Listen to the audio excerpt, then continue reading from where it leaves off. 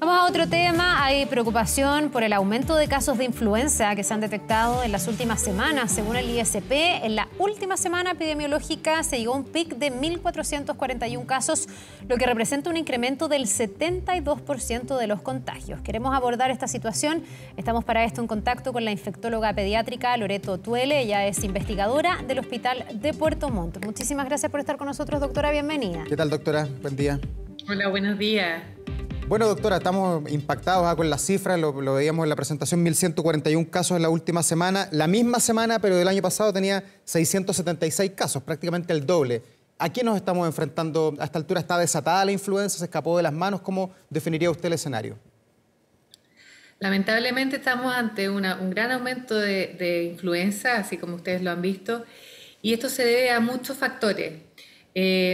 Las bajas temperaturas, estamos en el invierno, estamos en una época post-pandemia en la cual hay mucha circulación viral, no existe tanto la estacionalidad que había antes y lamentablemente la gente no ha accedido a la vacunación como debería haberlo hecho, siendo la vacunación contra influenza en Chile una estrategia gratuita para todas las personas que están en los grupos objetivos, que son muchísimos, son todos los niños entre 6 meses y quinto básico, todos los mayores de 60 años, todas las embarazadas en toda época del embarazo y todos los pacientes crónicos que están entre quinto básico y los 60 años, cualquiera sea su condición de cronicidad, obesidad, diabetes, hipertensión, patología hepática, renal, neurológica. Y esta es la mejor y más eficaz manera de evitar la influenza. Y lamentablemente la gente después de las múltiples dosis de vacuna de COVID y todo, se ha olvidado un poco y ha dejado atrás la vacunación, que es el arma más importante que tenemos para evitar la influenza, que la influenza no es un simple resfrío, es una enfermedad grave que puede producir la muerte, compromiso respiratorio importante. Y lamentablemente hoy de todos los virus respiratorios que circulan, que son muchos y cada día tenemos mejor acceso al diagnóstico a través de técnicas moleculares, etcétera, somos capaces ahora de darnos cuenta que lo que más tenemos es influenza A, que es por lo demás una de las influencias que está contenida dentro de la vacuna que ofrece el Ministerio, por lo tanto es importante, dado este gran aumento de influenza, que todas las personas que no lo han hecho aún acudan a vacunarse, ya que es la estrategia más eficaz. No nos olvidemos que es cierto que después de una vacunación uno puede sentir un poco de dolor en la zona de inyección o un poco de cefalea, dolor muscular, incluso fiebre por 24 o 48 horas, pero eso es mucho menor que el cuadro real de influenza. Las personas que hemos tenido influenza no se les olvida nunca más en la vida, no es un resfrío, es un cuadro grave. Totalmente, y uno lo pasa pésimo. Doctora, llevamos un 54, un poquitito más de personas que se han vacunado, hay grupos de riesgo que están particularmente bajos como las embarazadas. ¿Cuál debiese ser el umbral de vacunación en esta semana epidemiológica? A la altura del año en el que estamos, porque uno piensa que la vacuna se demora 2 semanas, entendemos, en entrar como en vigor completamente. Entonces, bueno, si me vacuno hoy día, recién en junio voy a estar adquiriendo la inmunidad, cuando en el fondo uno ve que ya está todo el mundo resfriado y con riesgo de tener influenza. ¿Deberíamos estar en cuánto? O sea, sobre el 75% de todas maneras. No nos olvidemos que la vacunación partió en marzo, por lo tanto el aumento de las personas vacunadas ha ido muy lento. Y no nos olvidemos que hoy en día también se puede poner y administrar la vacuna de influenza junto con otras inmunizaciones que le corresponda a la persona. No nos olvidemos que las embarazadas igual tienen que ponerse la vacuna contra el coqueluche desde las 27 semanas, por lo tanto también lo pueden hacer en conjunto con esta vacuna, o todo el resto de nosotros, la población, podemos acceder a la vacunación de influenza junto con la vacuna del COVID, que tenemos que tenerla al menos una vez al año, por lo tanto esta vacuna se puede coadministrar con otras vacunas.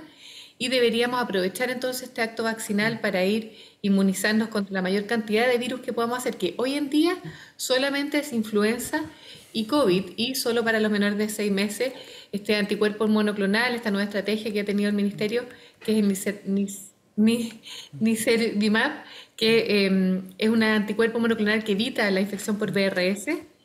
Nombre complicado, pero muy efectivo, es una sola inmunización.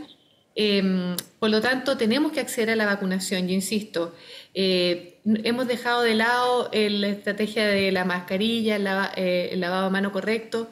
Yo invito a todas las personas a que vuelvan a utilizar mascarilla en caso que estén con síntomas respiratorios o que vayan en un lugar público, el metro, o en un lugar que haya mucha gente, porque en la circulación viral está demostrado que se evita a través del uso de mascarilla y la inmunización.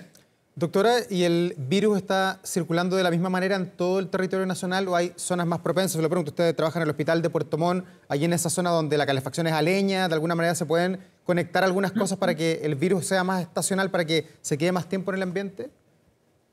Hemos visto que ha habido un aumento en la región de la Araucanía, por sobre todo, la región del Biobío ha sido una de las regiones más afectadas con influenza, que son también correspondientes con las regiones que han tenido más baja porcentaje de vacunación. Pero en general en todo el país, cuando vemos cuál es el virus que más circula en este momento es influenza, por lo tanto es a nivel país lo que existe. Igual sigue existiendo la otra circulación de virus, no nos olvidemos que puede existir la coinfección viral. Uno puede tener influenza junto con COVID, o influenza junto con BRS, o influenza junto con rinovirus, y eso agrava aún más el cuadro. Si a esto le sumamos una persona que está inmunosuprimida parcialmente, como podría ser una embarazada, o una persona que ocupa algún medicamento en especial, va a tener un cuadro aún mucho más grave, más síntomas, más requerimiento de apoyo ventilatorio, etcétera. Por lo tanto, es muy importante que no nos tomemos a la ligera esto de la vacunación. Hay muchas personas que deciden arbitrariamente no hacerlo y yo invito a todas las personas que se eduquen, que busquen la información correcta porque la vacunación es la estrategia más costo efectiva, segura y eficaz para evitar las infecciones por virus. Doctora, hay varios virus dando vueltas. Sabemos que el que está dominando el escenario, digamos, es la influenza, pero es importante cuando una persona se siente mal, más allá de un resfrío, que también puede pasar, saber frente a qué virus estamos. ¿Es necesario como saber si tengo influenza, si tengo COVID o si tengo, no sé, un rinovirus? ¿O da lo mismo porque al final todos se van a tratar más o menos de la misma manera? A ver, depende en qué persona estemos hablando, porque si es una persona completamente sana, como ustedes, como yo, no hay ningún problema. Sabemos cómo cuidarnos, reposo en cama, uso de antipiréticos, paracetamol, agua, y bien, no hay ningún problema en saber si es un parainfluenza, un metaneumovirus o un rinovirus. Da exactamente lo mismo. El tratamiento es el mismo. Solamente las personas que tienen patologías crónicas o que son inmunosuprimidos, sí nos interesa saber muy precozmente porque eventualmente podríamos ocupar algún medicamento como un antiviral. En el caso de influenza, que si los logramos diagnosticar durante las primeras 48, podemos ocupar este tipo de medicamentos y evitar un cuadro más grave. Pero si es una persona sana, no hay necesidad de saber exactamente cómo se llama el virus, porque el comportamiento probablemente va a ser bastante similar. El cuadro de parainfluenza con metaneumovirus o el rinovirus son muy similares. Es muy difícil diferenciarlo incluso clínicamente. Insisto, si es una persona sana, si esta persona tiene alguna condición de base, alguna patología crónica, debe estar atento a cómo evolucionan los síntomas y en caso que la fiebre persista, exista dificultad respiratoria u otro síntoma o se agrave su condición basal, debe acudir a consultar. Doctora, y viendo lo que está pasando con la baja vacunación que tenemos prácticamente en todo el país a esta altura, ¿qué se puede hacer para mejorar la comunicación de riesgo, además tomando las experiencias abundantes que tuvimos durante la pandemia? Por ejemplo, ¿sería pertinente reponer el plan paso a paso?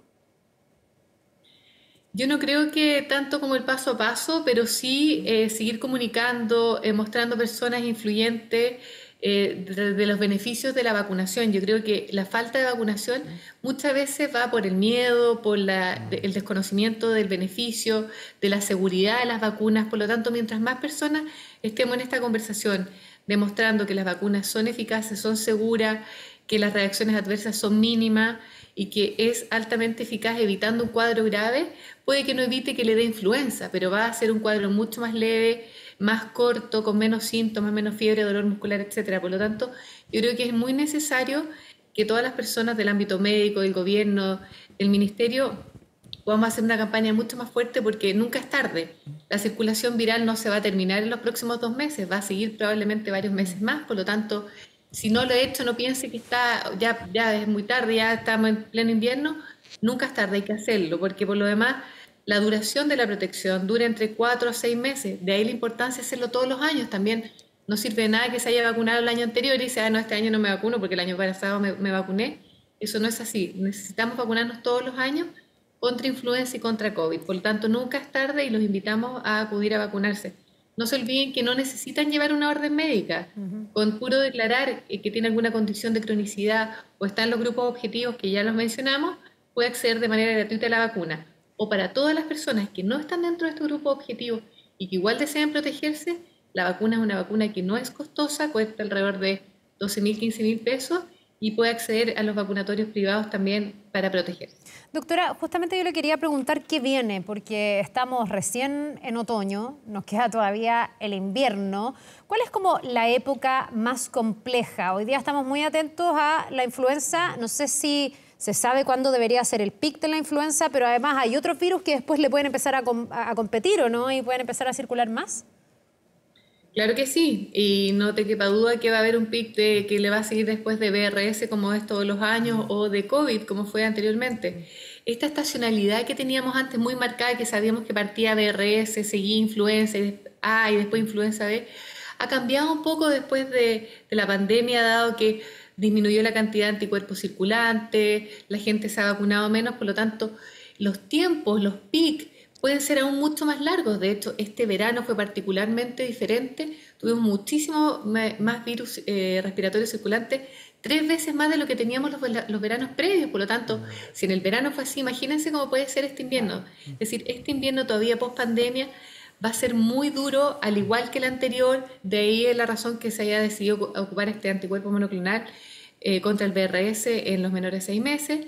Pero tenemos que acceder a la vacunación para todo el resto de la población porque nos quedan todavía muchísimos meses de frío, de aglomeraciones, de virus respiratorios circulantes y sabemos todos los años ahí hay problemas con los cupos hospitalarios, etcétera, tenemos los servicios llenos y podemos evitarlo a través de la vacunación, de ventilar las habitaciones, uso de mascarilla, alimentación saludable, etcétera, todo lo que pueda ayudar a nuestro organismo, a nuestro sistema inmune.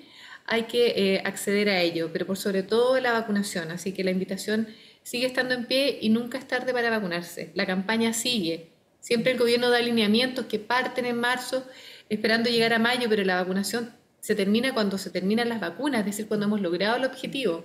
Y claramente nos falta todavía muchísimo camino por recorrer para lograrlo. Doctora, ¿y hay algún grupo que sea más propenso que otro a contagiarse, pensando en la cepa que tiene esta influenza en este año 2024? No sé, los niños, los adultos mayores o a todos por igual, hombres y mujeres. Esta influenza H3N2, que es la que está circulando en este momento, la verdad es que puede ser para todos los grupos iguales. Sabemos que las personas inmunosuprimidas, los adultos mayores y los niños pequeños tienden a ser cuadros más graves, por lo tanto sabemos que los niños que están inmunizados pueden portar el virus y no tener tantos síntomas y de ahí que sean más fácil que sean un vector de infección para otras personas, pero la verdad es que todos tenemos la misma susceptibilidad a infectarnos sabiendo que las personas inmunosuprimidas o con patología base van a ser un cuadro más grave, incluso pueden fallecer. No nos olvidemos que del problema de la influenza es que la mortalidad es muy alta, mucho más alta que la del COVID, pudiendo llegar a ser hasta de un 10% en algunos grupos, por lo tanto no es un resfrío, insisto, esto es un cuadro muy grave que hay que evitarlo. Doctora, ya se adelantaron las vacaciones de invierno, usualmente eran en julio, ahora van a ser el 24 de junio, pero hay quienes plantean que incluso se podría llegar a justificar adelantarlas un poco más. ¿Cuál es su mirada respecto de eso? ¿Deberían volver a adelantarse o si son el 24 de junio debiese venir como un respiro en ese momento para el sistema? A ver, la razón por la cual se adelantan o se atrasan las vacaciones es para evitar el pic, ¿no es cierto?, de contagios que hay en los colegios y todos los niños, jardines infantiles, etcétera. Entonces, logrando adelantar las vacaciones podemos evitar este pic, pero si las adelantamos mucho, el pic puede estar después aún mucho mayor después, porque nos queda mucho tiempo todavía de invierno, por lo tanto tiene que estar un poco en la mitad me parece que la fecha que tenemos hasta ahora está bien, pero todo va a depender del comportamiento de la sociedad, insisto, el uso de mascarilla, la vacunación, etcétera. Me parece que el adelanto de vacaciones es una herramienta, pero tenemos muchas otras que tenemos que echarle manos para evitar tener un invierno complejo. Doctora Loreto Tuele, investigadora del Hospital de Puerto Montt, muchas gracias por esta entrevista. Ojalá que no sean tan desolador el panorama que viene en las próximas semanas. Gracias, que le vaya muy bien. Hasta luego, gracias. Gracias, buen día.